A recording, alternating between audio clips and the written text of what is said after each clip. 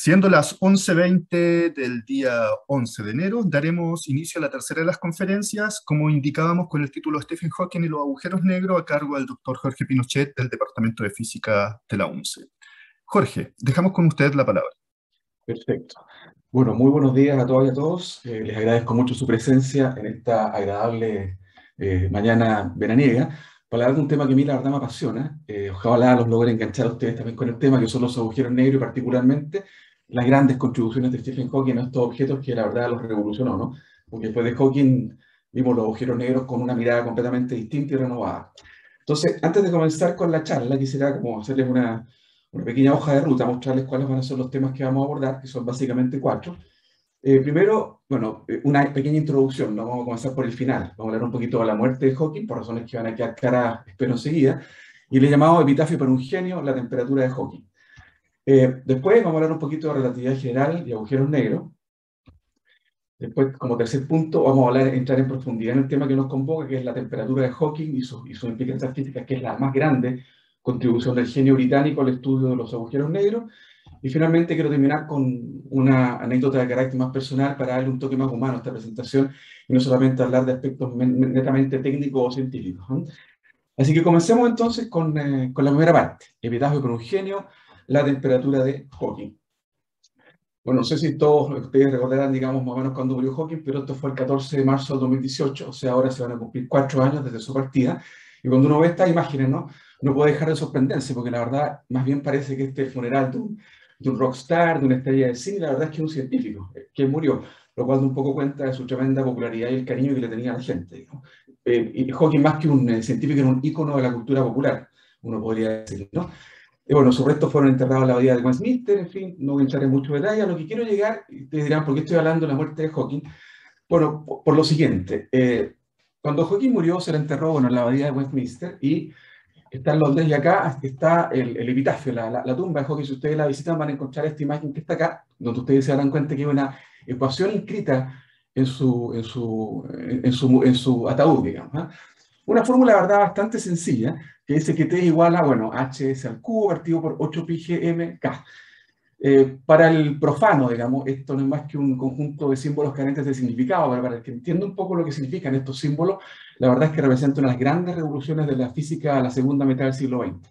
Entonces, lo que vamos a tratar de hacer en esta charla es entender, bueno, por qué esta fórmula aparece en el epitafio de Hawking, por qué es lo suficientemente importante para que Hawking y la gente que lo rodeaba hayan decidido inscribirla, ¿no es cierto?, en su tumba, y vamos a tratar un poquito de desentrañar su significado físico, qué es lo que significa, qué es lo que es, y qué representa un poco para la ciencia. Entonces, acá tenemos una mirada un poquito más detallada, que aparece nuevamente en la ecuación, porque si no se veía bien en las imágenes anteriores, y aparecen acá 4 constantes físicas que son muy importantes. Aparece acá, bueno, la rapidez de la luz en el vacío, vamos a ver después qué significa, se designa con la letra C, aparece G, que es la constante de gravitación, H, que es la constante de Planck, o más bien la constante Planck reducida, es H partido por 2pi, por los que se manejan con esos temas, y aparece también la constante de Boltzmann, ¿eh? Cada una de estas constantes es una constante característica de un área de la física muy fundamental. Entonces, reitero, lo vamos a tomar esto después con más detalle, vamos a profundizar en lo que significa, pero básicamente lo que esta ecuación hace es como combinar 3 grandes áreas de la física. Por una parte, la relatividad general, que es la teoría de la gravedad propuesta por Einstein, que reemplaza la ley de gravitación universal de Newton, completamente la da vuelta, digamos, la forma de ver los fenómenos gravitacionales en el marco einsteiniano es completamente diferente. Aparece también esta constante de Planck, que es la constante característica de la mecánica cuántica. La relatividad general es la teoría que explica el universo a gran escala, el macrouniverso.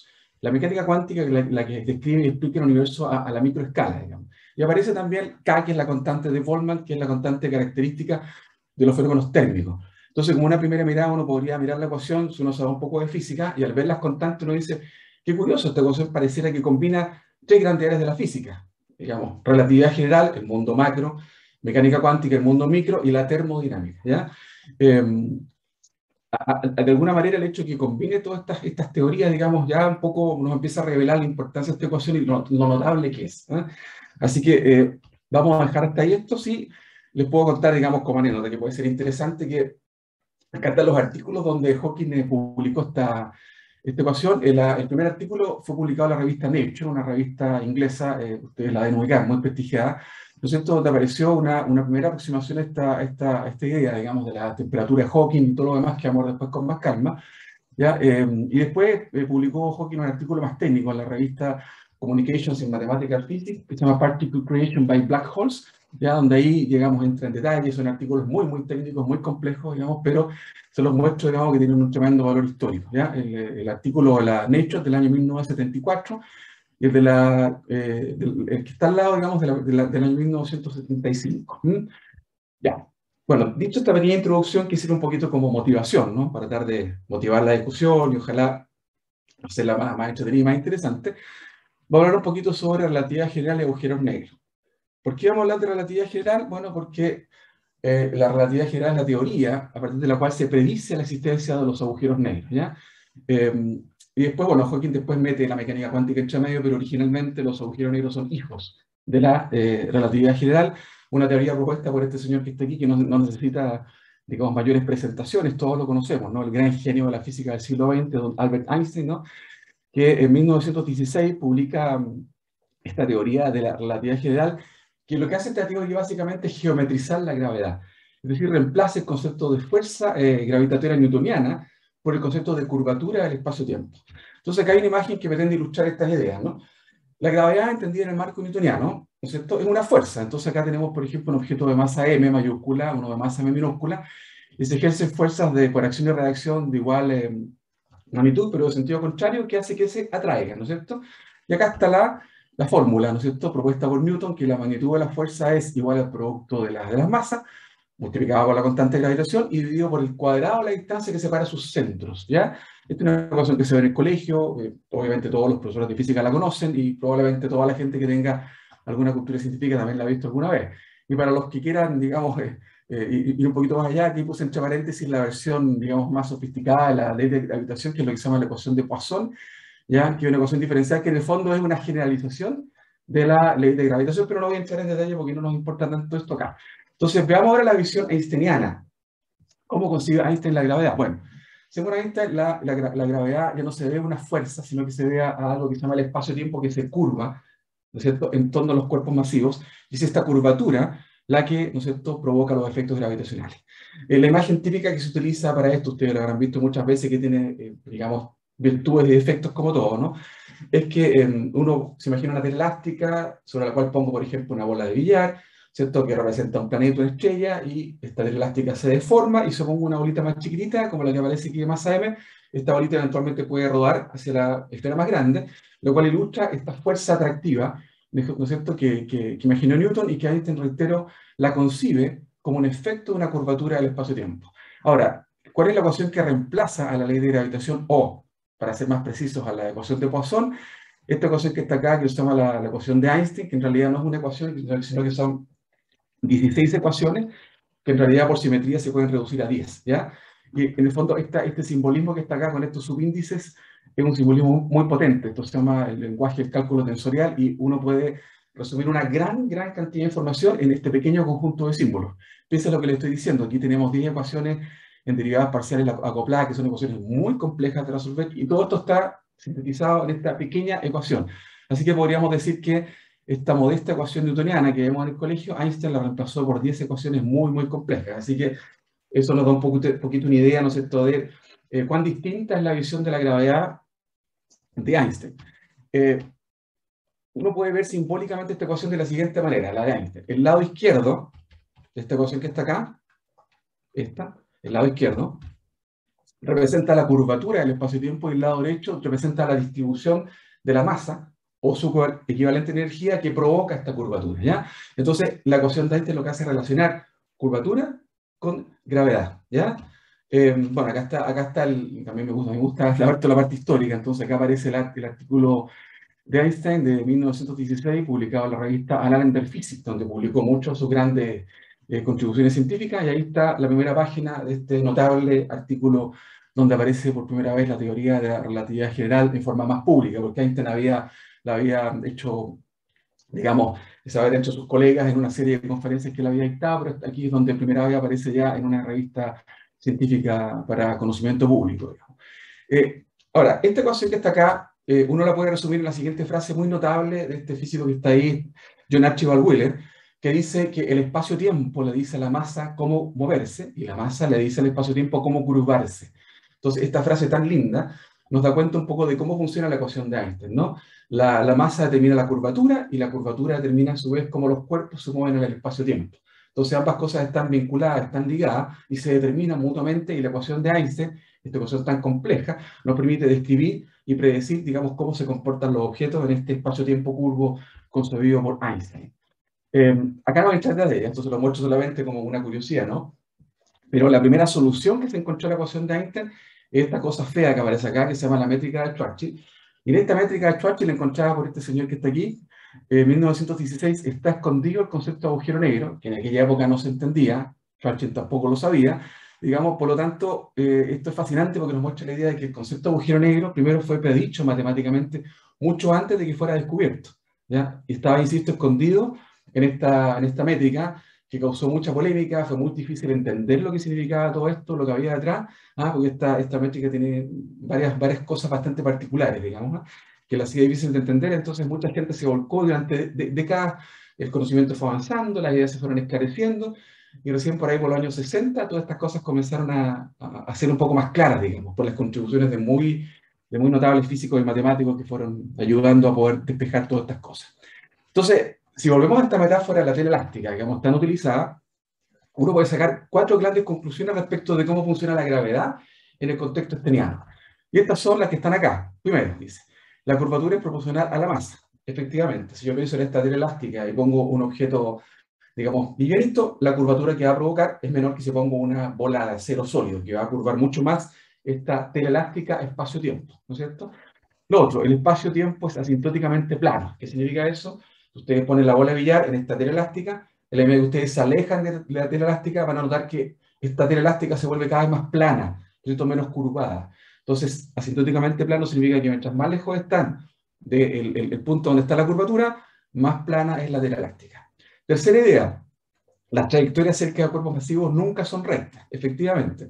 Si yo tengo esta bola de billar y pongo una canica chiquitita y la lanzo en esta tela elástica espacio-tiempo curvo, esta bolita la escribir como trayectorias curvas, ¿no? Producidas por la curvatura, ¿ya? Y finalmente, los objetos más livianos son atraídos por los más masivos, cosa que había hecho antes. Nosotros tenemos la lela, tenemos esta bola de billar, tenemos la canica chiquitita, yo la suelto y ¿qué va a hacer? Va a rodar y va a caer hacia la bola más grande. Por lo tanto, esta analogía, insisto, si bien tiene imperfecciones, tiene muchas cosas muy positivas desde el punto de vista pedagógico y permite intuir algunas ideas de cómo funciona la gravedad, ¿no es cierto?, entendida como curvatura del espacio-tiempo. Ahora, las más grandes contribuciones científicas de Hawking, y esto es lo que nos convoca hoy día, están justamente en el campo de los agujeros negros, ¿eh? Hizo contribuciones importantes en cosmología y qué sé yo, y otros temas, pero lo más importante, por lo cual más se le recuerda y por lo cual seguramente va a pasar a la historia como uno de los grandes físicos del siglo XX, es precisamente sus notables y revolucionarias contribuciones al estudio de los agujeros negros. Ya, entonces, tenemos un pequeño contexto. Entendamos un poquito más ahora el concepto de agujero negro pensando nuevamente en esta metáfora de esta tela elástica, ¿ya? Acá tenemos como la tela elástica, ustedes lo ven, y tenemos, imaginemos que tenemos una esfera, digamos, maciza, pero donde la materia está muy concentrada. Podemos pensar en una bola de billar que yo la concentro a un tamaño extremadamente chiquitito, digamos, ¿ah? Entonces yo la pongo sobre esta tela elástica, y ¿qué es lo que yo observaría? Observaría algo como lo que está acá, ¿no? A mi izquierda, ¿cierto? Una imagen donde tengo acá la bolita, que le voy a llamar singularidad, por razones que vamos a ver después, y tengo acá una región arriba, ¿ya? Que tiene forma circular. Si ustedes la ven acá, fíjense a mi derecha, voy a hacer como un giro, y ahí la veo de frente, la veo como desde arriba, ¿cierto? Esta región representa la zona desde la cual ningún objeto que esté metido en este agujero, generado por esta masa concentrada, puede escapar. Entonces, la idea es la siguiente: el agujero negro provoca una curvatura tan profunda en el espacio-tiempo que cualquier objeto que esté metido en este agujero, si quiere escapar, no lo logra. Nunca puede salir de esta región determinada por esta circunferencia, cuyo radio se llama radio de Schwarzschild por razones históricas, ¿ya? Porque aparece en esta métrica de Schwarzschild de la cual le hablé en su momento, ¿ya? Entonces los objetos, por más que traten de escapar, incluida la luz, no lo pueden lograr, no pueden salir. De ahí el nombre agujero negro. Nada puede escapar de su gravedad, ni siquiera la luz. Entonces, si lo vemos desde arriba, si vemos esta tela elástica deformada y miramos desde arriba, vemos, ¿no es cierto?, esta región con forma de circunferencia. A esta circunferencia le damos el horizonte, ¿ya? Aquí en el centro está la singularidad, donde está concentrada toda la masa del agujero negro, y el radio de esta circunferencia le llamamos el radio de Schwarzschild, insisto, por razones históricas que ya comenté. Ahora, el radio de Schwarzschild se puede calcular, y acá aparece la fórmula para calcularlo. Uno podría entender esta fórmula, que es bastante sencilla. Dice que el radio de Schwarzschild es igual a 2 veces la constante de gravitación multiplicada por la masa del agujero negro y dividida por la velocidad de la luz al cuadrado. O sea, una fórmula muy sencilla, digamos, de aplicación casi directa. Uno podría entender esta fórmula como una receta para fabricar un agujero negro. ¿Qué me dice esta fórmula? Me dice, señor, si usted quiere fabricar un agujero negro, tiene que reducirlo a un tamaño tal que corresponda a su radio de Schwarzschild. ¿Cómo lo calculo? Uso esta fórmula. Por ejemplo, si yo quisiera convertir a la Tierra en un agujero negro, tomo esta fórmula, pongo aquí la masa de la Tierra, la multiplico por 2 veces g, la divido por c cuadrado, y obtengo nada más y nada menos que, para convertir a la Tierra en un agujero negro, tendría que comprimirla al menos al tamaño de una canica con un radio de Schwarzschild de 1 centímetro. O sea, toda la Tierra concentrada en el tamaño de un objeto cuyo radio es 1 centímetro, que más o menos una uva, una canica, algo por el estilo, ¿no es cierto? Bastante notable. Uno se da cuenta, digamos, en la tremenda compresión o concentración de la materia que implica la formación de un agujero negro. Si quisieran hacer lo mismo con el Sol, tendrían que reducirlo a un tamaño del orden de 3 kilómetros, más o menos, ¿ya? Para que se den cuenta el nivel de concentración que implica la formación de un agujero negro. Entonces, esto que está acá, esto que llamamos el radio de Schwarzschild, el horizonte, ¿cierto? Uno lo puede entender como una medida del tamaño mínimo al cual uno tiene que concentrar la materia de algún objeto, puede ser una estrella, lo que ustedes quieran, ¿cierto? Para que se convierta en un agujero negro, ¿ya? Y la fórmula matemática que me permite hacer ese cálculo que está ahí. Entonces, retengamos esta imagen de este horizonte, este agujero al cual nada puede escapar, porque vamos a volver a ver, porque es muy importante para entender lo que después nos dice Stephen Hawking. Ya, pero antes de eso, sigamos con el concepto de agujero negro para que lo entendamos un poquito mejor. Aquí tenemos el planeta Tierra, aquí está el horizonte, ustedes comprenderán que esto no es de escala, ¿no es cierto? Acabo de decir que el radio del Schwarzschild de la Tierra es de apenas 1 centímetro. Por lo tanto, esto que está acá está con fines pedagógicos ampliados para que entendamos la idea. Entonces, tenemos una nave espacial que quiere escapar de la Tierra, tenemos acá nuestro radio de Schwarzschild. ¿Qué es lo que pasa? Imaginemos que por algún mecanismo físico, digamos, que evidentemente es bastante difícil llevarlo a la práctica, pero imaginemos que podemos concentrar gradualmente la masa de la Tierra. ¿Qué es lo que pasaría? Esta nave espacial quiere arrancar, ya quiere escapar de la gravedad terrestre. Entonces, a la medida que vamos comprimiendo la Tierra, la nave espacial va creciendo porque necesitamos más rapidez de escape, necesitamos más energía para escapar. ¿Por qué? Porque a la medida que la materia se concentra, la gravedad aumenta. Recuerden ustedes, desde el punto de vista newtoniano, que la fuerza de gravedad depende inversamente del radio. Por lo tanto, si ustedes, manteniendo la masa constante, reducen el radio, aumentan la fuerza de gravedad, que es exactamente lo que estamos ilustrando acá. Entonces, continuamos reduciendo la Tierra, la nave espacial cada vez tiene que ser más y más y más grande para poder escapar, y llega un punto en el cual la concentración de la materia de la Tierra es tan grande que ni siquiera la luz puede escapar, por supuesto la nave tampoco, que es absorbida, y en ese momento comienza el proceso ya inevitable de la formación de un agujero negro, en este caso la Tierra se convertiría en un agujero negro, ¿ya? Entonces vamos a hacerle un zoom a esto, y ahora nuevamente aparece este radio de Schwarzschild, del cual les hablaban antes. Entonces miremos ahora un zoom, hagamos un zoom a esta imagen, ahí está, y veamos lo que ocurre. ¿Qué es lo que pasa? El proceso no se detiene cuando la Tierra alcanza su radio de Schwarzschild y la luz queda atrapada, sino que, según la relatividad general, que es la teoría que describe este proceso que les estoy mostrando, la masa de la Tierra continuaría concentrándose dentro del horizonte, que sigue existiendo, ya voy a explicar, como una frontera que separa lo que está fuera de lo que está dentro del agujero negro. Entonces, esto está pasando, fíjense. Continúa el proceso, continúa, hasta que ocurre que toda la masa de la Tierra, según la relatividad general, queda concentrada en un punto de tamaño cero, de gravedad infinita y densidad infinita, que está justo en el centro de esta esfera, y el horizonte continúa existiendo como la región que separa, reitero, lo que está fuera de lo que está dentro. O sea, nada de lo que está dentro de esta región puede escapar de la poderosa gravedad del agujero negro. Algo que está fuera del horizonte puede escapar siempre, por supuesto, que tenga suficiente energía, ¿ya? Porque escapar, digamos, en las proximidades de un horizonte no es tarea menor, es muy complicado, ¿ya? Porque la fuerza de gravedad es brutal. Pero siempre se puede, en principio, si tenemos una nave espacial, ¿no es cierto?, o un recurso lo suficientemente poderoso para poder escapar. Entonces aparece nuevamente nuestro radio de Schwarzschild, tenemos este horizonte, tenemos esta singularidad, ¿ya? Ahora, claro, para que no se vayan a asustar, la Tierra no se va a convertir en un agujero negro, no tiene masa suficiente, ya tendría que ser muchísimo más masiva. De hecho, el Sol tampoco podría. ¿ya? El Sol va a terminar convertido en una cosa bastante más modesta que se llama enana blanca. Así que no se preocupen, digamos que no tenemos ninguna posibilidad de que, al menos en nuestro entorno inmediato, haya algún objeto que se pueda convertir en un agujero negro. Ya, ahora, gran conclusión que sacamos de todo lo que les acabo de decir. Acá aparece don Albert Einstein y nos dice que, según la relatividad general, una vez que el agujero negro se ha formado, no existe ninguna forma de materia o energía que pueda, ahí me faltó poner una parte ahí, que pueda ser emitida hacia el exterior. El agujero negro solamente absorbe. Y acá esta imagen lo intento ilustrar, ¿se fijan? De acuerdo con la relatividad general, el agujero negro solamente absorbe material de su entorno. No puede emitir absolutamente nada desde el interior. Y por lo tanto es completamente negro. Insisto, de ahí viene el nombre agujero negro, que dicho sea de paso, esta palabra agujero negro fue acuñada por John Archibald Wheeler, un señor que les mostré hace un rato, que tenía esta linda frase que nos decía que, ¿no es cierto?, cómo funcionaba la ecuación de la relatividad general, ¿no? Entonces, súper importante, enfatizo la idea. Según la relatividad general, nos lo dice don Albert Einstein, los agujeros negros no pueden emitir nada, solamente pueden absorber. ¿Ya? Ya. Con eso terminamos como esta pequeña visión muy panorámica de lo que es la teoría de la relatividad general, ¿ya? Que, insisto, nos dice que el agujero negro es completamente negro. Ahora hablemos un poco de la temperatura de Hawking. Vamos a retornar a la ecuación que vimos hace un rato, ¿ya?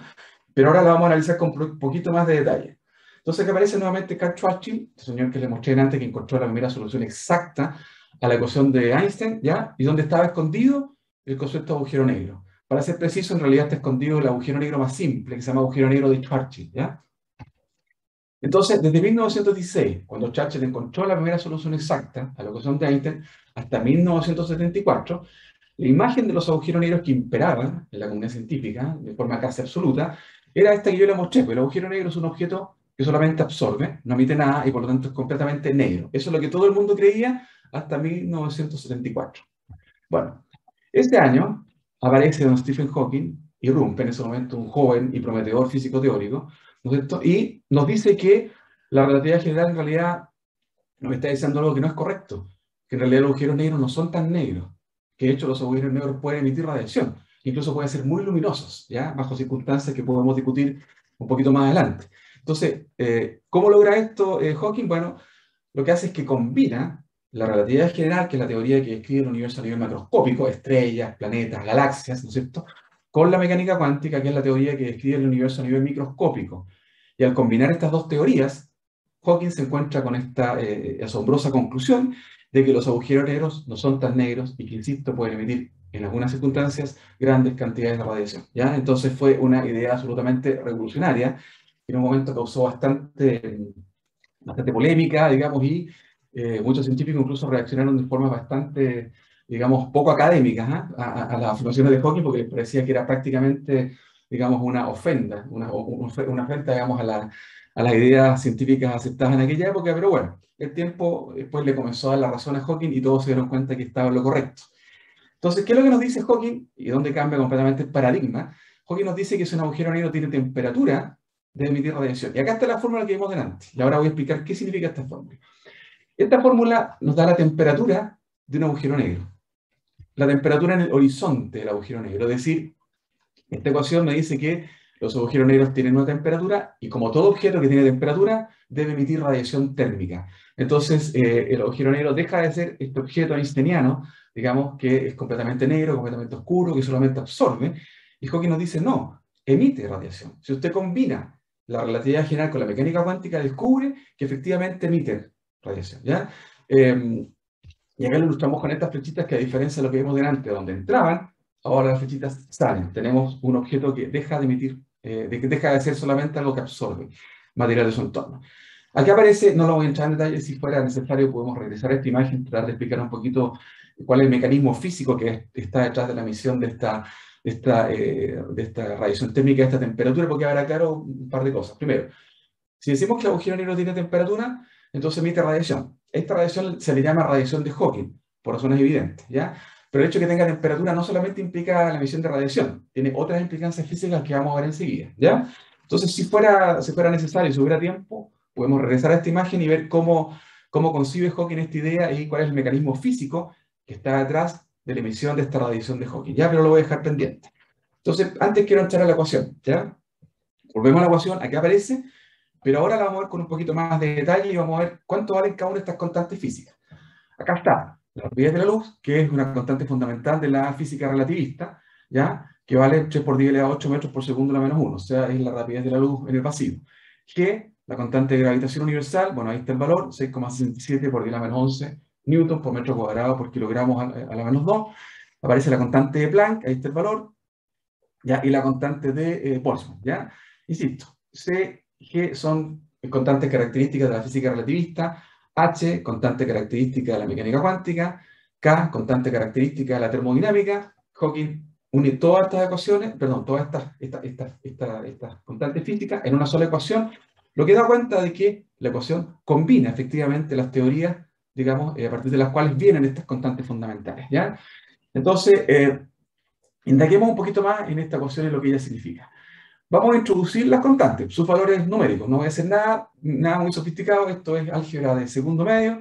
Ponemos acá h, ponemos su valor, c lo elevamos al cubo, ponemos su valor numérico, 8pi, pi vale 3,14, ponemos su valor numérico, ponemos el valor de k, en fin, y la masa la dejamos ahí. Metemos todos estos numeritos, hacemos los cálculos, lo metemos en una calculadora científica, ¿y qué obtenemos? Obtenemos que podemos escribir la ecuación de Hawking de forma más sencilla, ¿ya? Donde aparece claramente que es una ecuación que depende únicamente de la masa del agujero negro y la escribimos de esta manera, ¿ya? Aquí quedaría la temperatura expresada en Kelvin, la masa expresada en kilogramos, ¿no es cierto? Y tenemos esta ecuación que me permite calcular, dada la masa de un agujero negro, cuál es su temperatura de Hawking, ¿ya?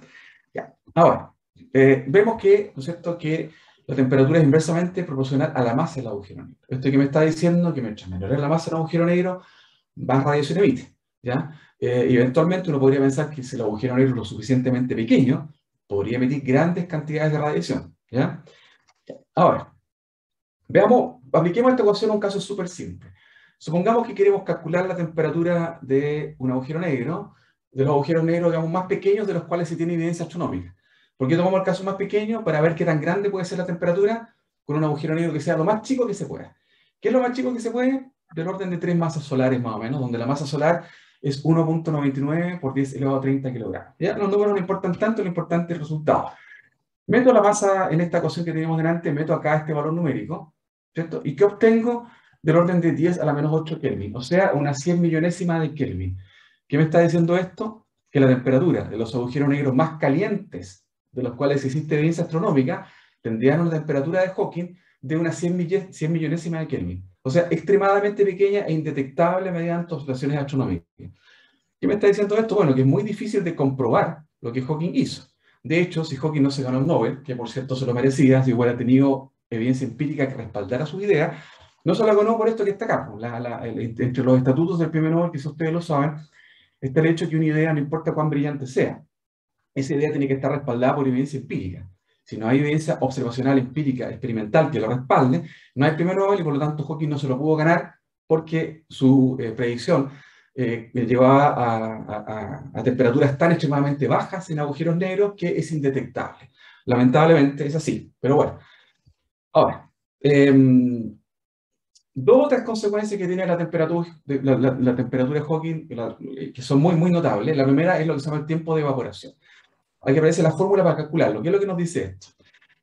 Si un agujero negro emite radiación, ¿cierto? También está emitiendo masa, ¿ya? Porque la masa y la energía son equivalentes de acuerdo con la famosa ecuación de Einstein, E igual a mc cuadrado. La masa es equivalente a la energía es equivalente a la masa. Uno podría entenderlo de una manera muy simple, como que la masa es energía súper concentrada y la energía es masa súper diluida. Pero al final son equivalentes, son dos manifestaciones de la misma realidad física subyacente. Entonces, si un agujero negro emite radiación, también pierde masa. Y al perder masa, se va achicando, ¿ya?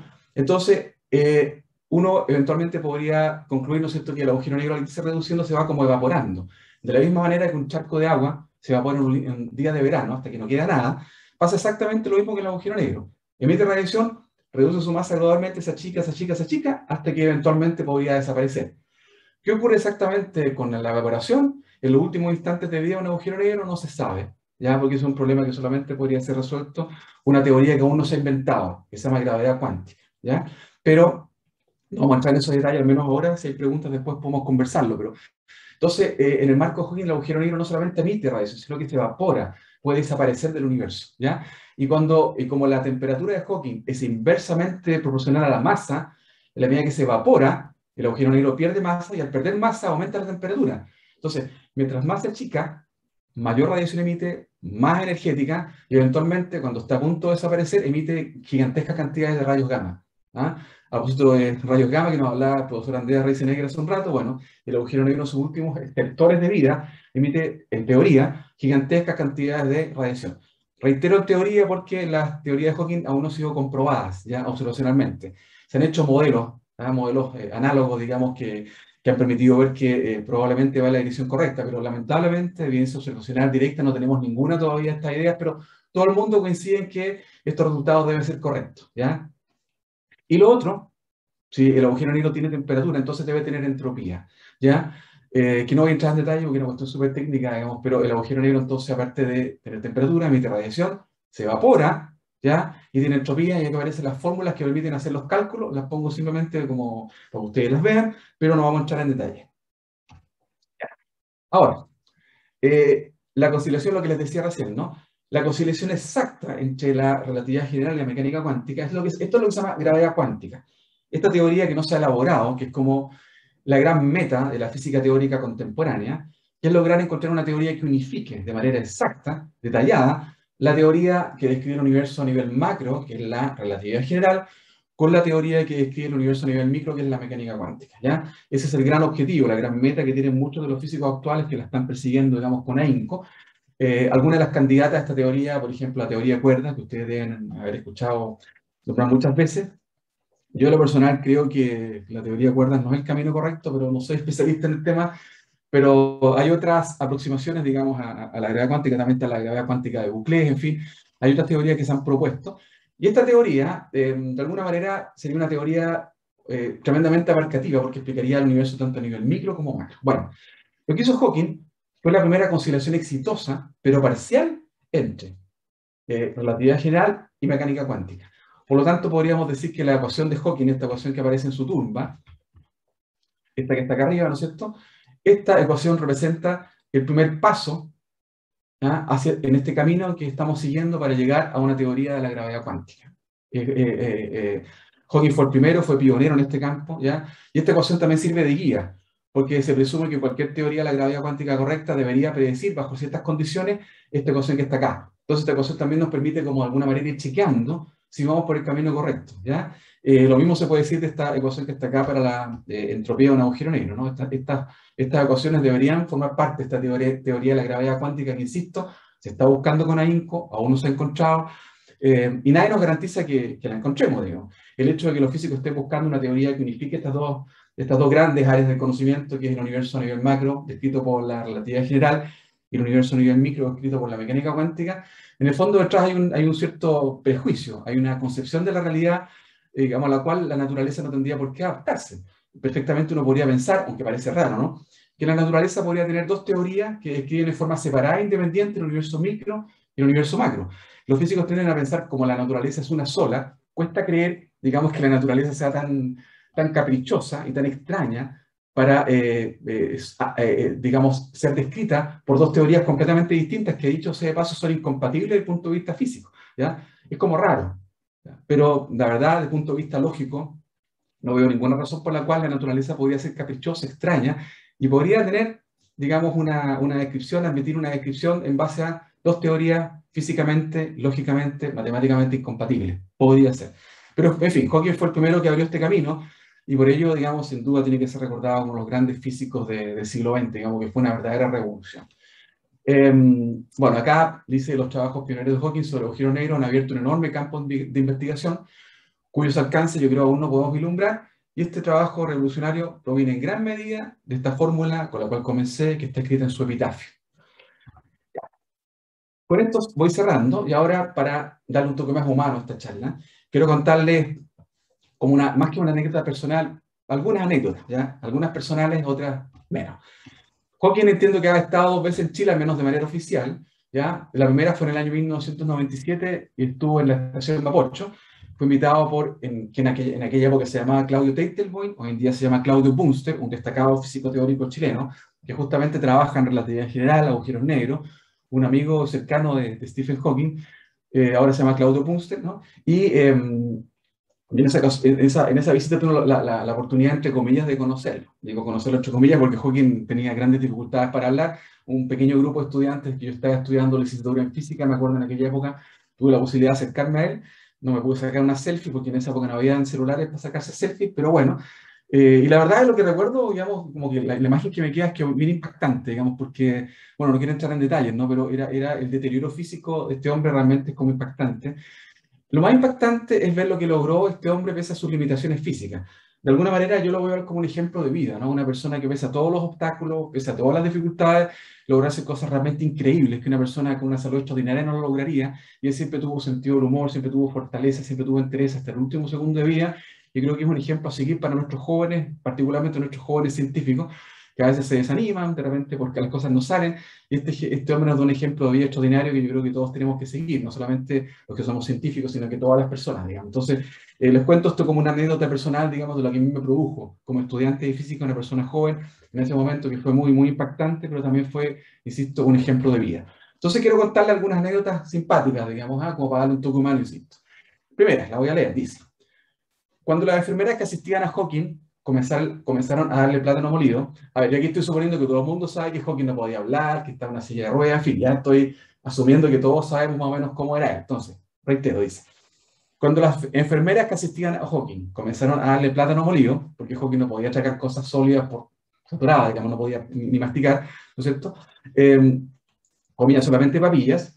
Entonces, el físico escribió a través de su computador Vanilla Ice Cream, o sea, helado de vainilla. Las enfermeras que lo asistían salieron rápido a comprar un helado y Hawking estaba agradecido. Un testigo señala, ese hombre fue tan feliz. Bueno, puede parecer una tontera lo que estoy contando, ¿no? Pero quiero que se den cuenta, digamos, como en el marco de las limitaciones que tenía este hombre, el hecho de que le hayan conseguido el helado de vainilla para él fue lo máximo. Estaba fascinado, digamos, y le iluminó el rostro por simplemente comerse un helado de vainilla. Estas pequeñas cositas, ¿no es cierto?, que pueden ser muy trascendentes desde el punto de vista científico, humanizan la imagen de Hawking, ¿no? Que lo vemos nosotros como un gigante intelectual, muy lejano, muy distante. Bueno, esto lo acerca, lo humaniza y nos muestra su dimensión más humana, que es muy interesante. Otra anécdota, dice, en su paso por Punta Arenas, antes de viajar a la Antártica, Hawking visitó la Universidad de Magallanes. En esta oportunidad se le entregó un diploma institucional de reconocimiento, pero no se lo llevó consigo. Lo que sí guardó en su equipaje fue el dibujo que un niño de entonces 7 años, la edad de mi hija actual, había hecho para el físico. Era un dibujo sobre cómo se imaginaba un hoyo negro. Ese dibujo se lo llevó, él sabía que era lo más importante. Bueno, nuevamente refleja la dimensión humana de este gigante intelectual. Otra anécdota, ya esta es más sabrosa, ¿ya? Así que durante la conferencia, un miembro del equipo organizador que trajo Hawking estaba sentado al lado de Nicanor Parra. Paréntesis, Nicanor Parra fue director del departamento de física en el cual yo estoy actualmente, así que interesante, digamos, como saber pocos ahí como algunos trastiendas, digamos, del tema. Entonces voy a leerlo de nuevo. Durante la conferencia, un miembro del equipo organizador que trajo a Hawking estaba sentado al lado de Nicanor Parra, el fallecido antipoeta. Según sus palabras, según las palabras de la persona del comité organizador, pasado un rato, el antipoeta me mira y me dice, no entiendo nada. Y luego de otro rato se para y me dice, hasta luego, no estoy para, y como yo soy un académico, no puedo decir palabras feas, la dejo para que ustedes la lean, ¿ya? Bueno, una anécdota simpática. Yo creo que lo que pasó acá es que Nicanor Parra, que era un hombre que tenía su ego, no entendió mucho, poco nada, de la charla de Hawking. Nicanor Parra tenía un magíster en física, pero claramente no era experto en relatividad general, ni agujeros negros, ni radiación de Hawking. Entendió re poco nada de la charla y quedó picado, ¿ah? Se picó, en el fondo, por no haber entendido lo que Stephen Hawking estaba diciendo. Así que bueno, una anécdota también simpática que humaniza la charla y también humaniza nuevamente a Stephen Hawking. Bueno, y lo último, en 2010, durante una entrevista para el periódico inglés The Guardian, Hawking recordó su visita a la Antártica, fue la segunda visita que hizo a Chile, y señaló que había sido la experiencia más emocionante de su vida. Así que bueno, parece que Chile algún significado tuvo para este genio británico. Y para ir concluyendo, voy a hacer algunas preguntas que no las voy a responder yo, se las planteo a ustedes, para que ustedes las conversen, las discutan si les parecen interesantes, pero yo creo que son preguntas que son relevantes quizás desde el punto de vista más educativo o pedagógico, si ustedes quieren. Primera pregunta, dice, ¿vale la pena que un profesor de física de secundaria conozca los descubrimientos de Hawking? Lo planteo, yo no tengo una respuesta, ¿ya? Podemos debatirla si ustedes quieren. Después, Algunos grandes temas de vanguardia de la física deberían abordarse en el currículum de secundaria.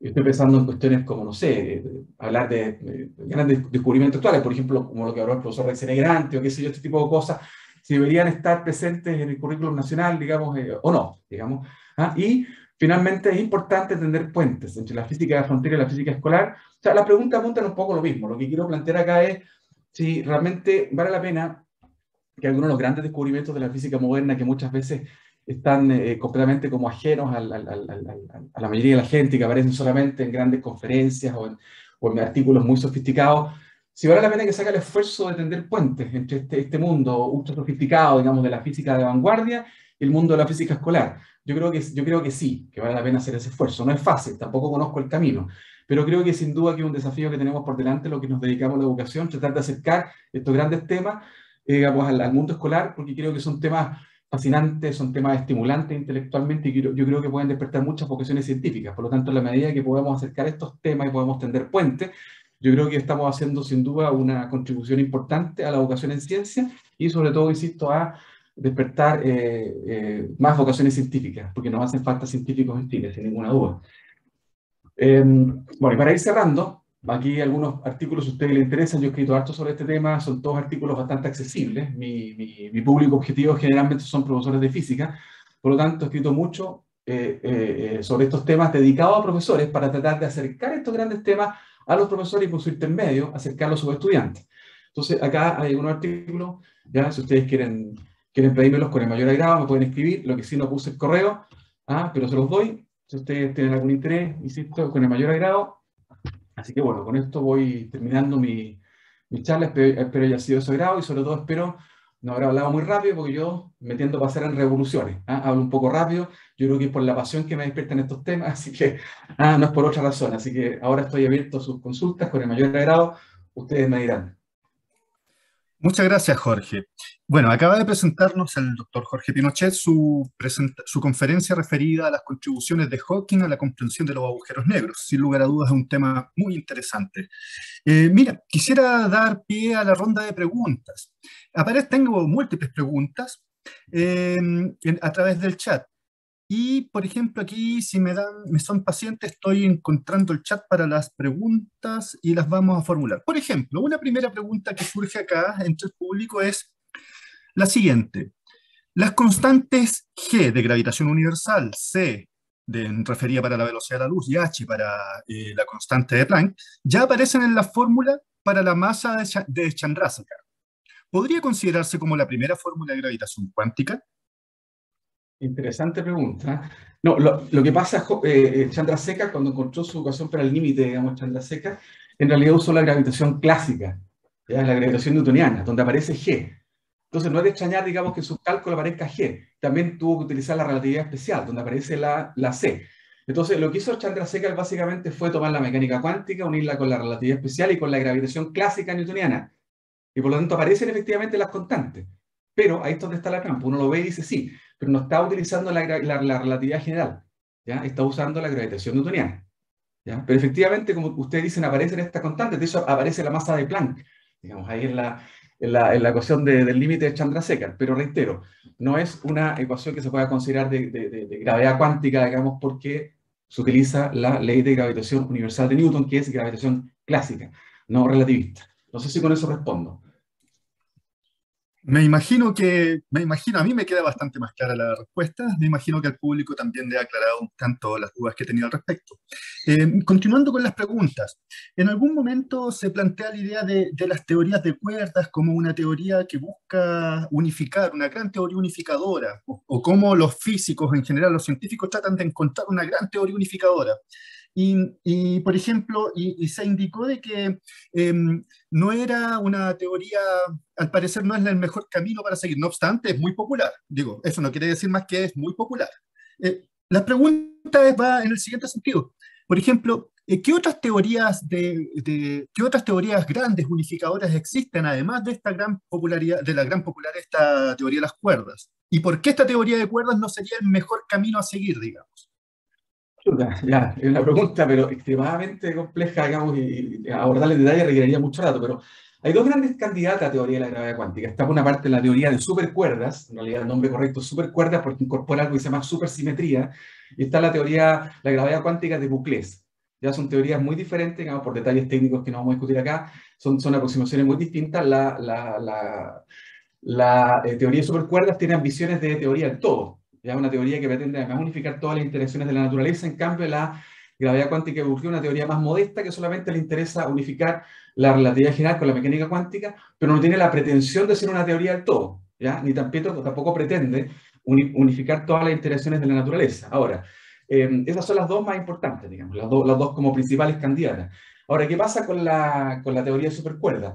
La teoría de supercuerdas, la verdad es que no ha sido capaz de efectuar ninguna predicción empírica, nada que se pueda contrastar experimentalmente, no hay ni una sola predicción, ¿ya? Existen algunas ideas bastante vagas, bastante imprecisas de cosas que podrían suceder, pero de momento la teoría en varias décadas ya, digamos, desde que fue propuesta, no ha entregado ni una sola predicción empírica. Además tiene varios problemas, probablemente los problemas más importantes, el hecho que esta teoría, para poder existir como tal, necesita algo que se llama la supersimetría.